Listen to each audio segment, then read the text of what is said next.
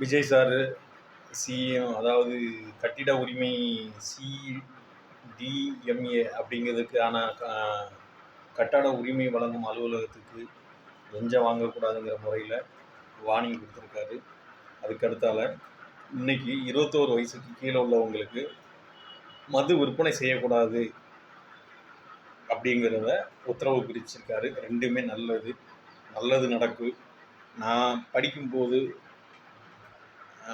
தேதியாக கேள்விப்பட்டதை 35 வருஷம் 30 வருஷம் நடைமுறையில் நான் பார்க்கல. அது பார்ப்போம் அப்படிங்கிற நம்பிக்கை எனக்கு இருந்துச்சு. அது இன்னைக்கு தான் கொஞ்சம் விஜய் சிஎம் ஆனதுக்கப்புறம் கொஞ்சம் நடக்குது. பர்சனலாக நமக்கு நடக்கிறது வேறங்க. சொசைட்டியிலக்கான அநீதி, சொசைட்டிக்கான அநீதியை இதுவரைக்கும் நான் ஜீரணிச்சுக்கிட்டு தான் இருந்தேன். நடக்காது அப்படின்னு. இப்போ விஜய் முதல்வரானோன்னா நடக்க ஆரம்பிச்சிருக்கு. நன்றி விஜய் அவர்களுக்கு.